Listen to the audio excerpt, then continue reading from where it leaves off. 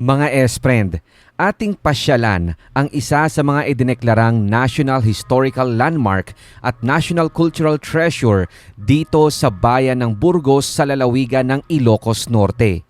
Ito ay ang Faro de Capo Bojedor o Cape Bojedor Lighthouse.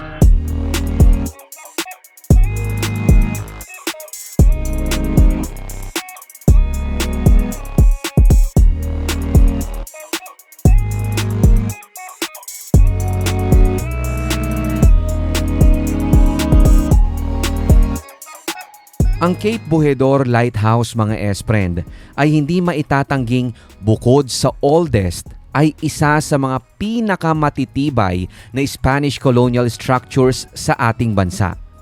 Kung pagbabasehan ang mga nakaukit sa nakapaskil na historical marker sa labas ng 19th century lighthouse, taong 1892 pa nang magsilbing gabay tanglaw ang naturang istruktura, partikular sa mga barkong lumalayag sa Pacific Coast patungo ng Babuyan Channel.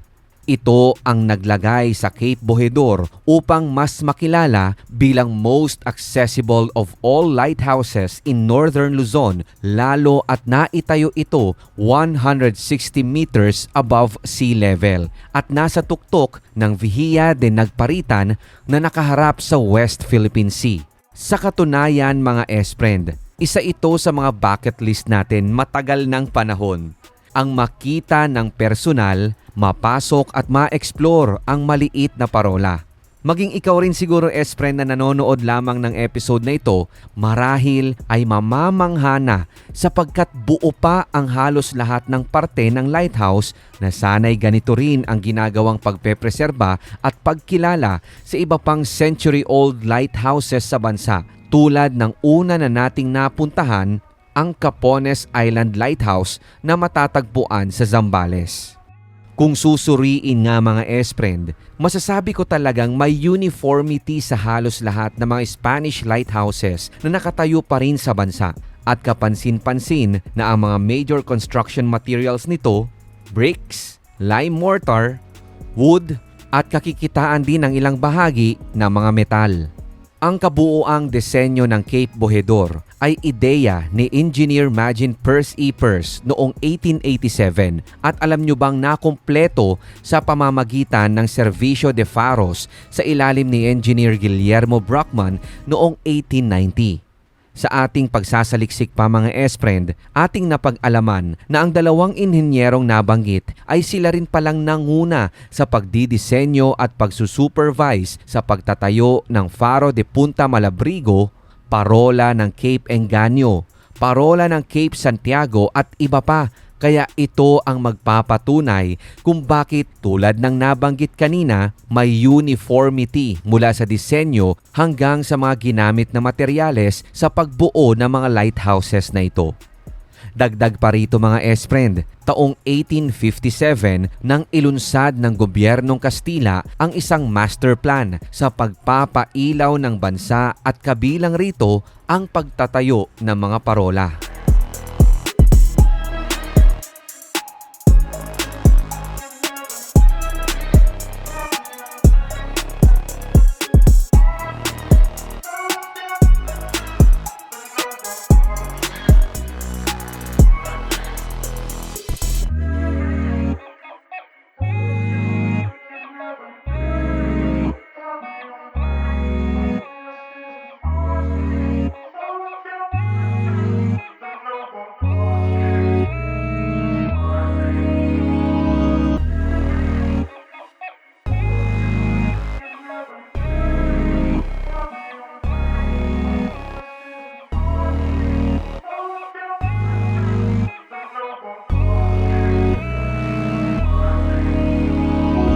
Bali, pinatayo po yan by forced labor po kasi ng mga panahon ng Kastila. Ang mga Pilipino po is alipin po ng mga Kastila. Kaya force po na pinagawa yung forced labor po yung pinagawa yung natin. Kasi yung meaning, yung nga po, gaya ng sabi ko, bojedor is mga biyahero. Bali, guide po siya sa mga sasakyang pagdagat na bumabiyahe papunta dito sa north part ng Luzon. Bali, ito po yung unang unang ginamit na pagpapailaw sa may lighthouse. Bali connected po siya sa live pressure vessel. Manually po siya binobomba para bumuga po yung apoy. Nagre-reflect naman po yung ilaw niya dito. Kasi kaya may reflector po tayo para umabot sa banda ron sa may daungan yung ilaw ng lighthouse sa taas niya. Kasi nung 1990 na lindol, na-damage po ibang parts ng lens niya. Kaya ibinaba po siya. Pinalitan siya ng iba-ibang mga pagpapailaw. May electricity na po siya. Pero ngayon, modern lens na po yung ginagamit. Powered na po siya sa solar panel. Kaya yan na yun siya. Kaya automatic na lang siya nag-on and off kasi alam naman natin ang solar is galing po sa init ng araw. Kaya paggabi, open na po siya. Sa umaga, nag-off na po siya. Gumagana pa rin, still functioning pa rin po yung lighthouse natin hanggang ngayon.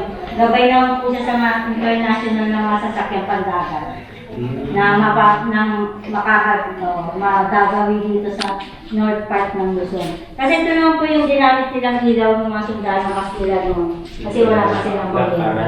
Wala pa na. Yan yung pagpapalilaw nila noon. Kerosene gas lang po yung gamit noon.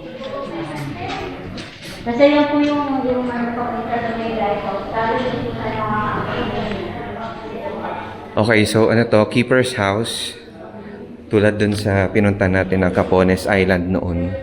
Although ito na hindi na nabubuksan yung bintana. Pero sigurado ganitong itsura nung Capones Island Lighthouse sa Zambales nung okay na okay pa siya. Pero may nakakatakot naman daw. May bed dito. And siguro kung maintain din yung sa Capones Island Lighthouse, ganito yung magiging itsura niya. And guess what?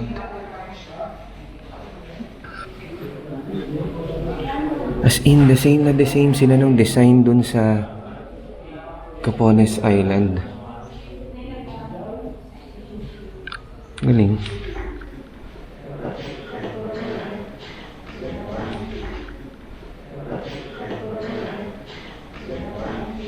Yun nga lang mga S-friend, very unfortunate at talagang sayang dahil sarado ang mismong lighthouse nung magtungo kami rito. Kung kaya't hindi ko maipapakita sa inyo kung ano ang naroroon sa taas. Nagtamo daw kasi ng mga crack ang istruktura gawa ng malakas na lindol na naganap sa Ilocos noong nakaraang taon kaya bawal muna itong akyatin ng mga turista.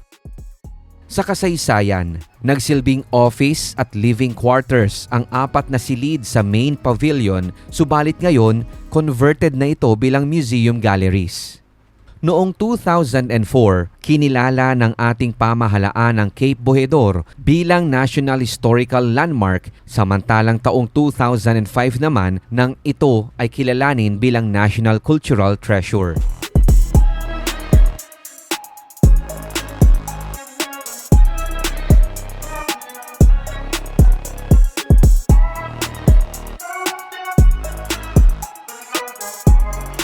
Bitin ba mga S-friend? Nako, may mga next side trip videos pa tayo rito kaya tumutok ka lamang dito sa Urbex PH Plakado TV YouTube channel. At kung trip mo naman ang mga exploration natin sa mga abandoned places at maging sa mga pag-e-explore natin sa mga Spanish colonial cemeteries at mga churches, hanapin lamang ang mga playlist links mula sa ating description section o kaya naman kung merong naka-pinned comment sa ibaba ng videong ito. Siyempre, huwag rin kalimutang mag-subscribe para nang sa ganon ay hindi ka mahuhuli sa ating mga side trip, lalong-lalo na sa ating mga exploration sa mga abandoned places. Hanggang sa susunod na historical gala mga S-friend, ako po si Rico Loco at ito ang Side Trip!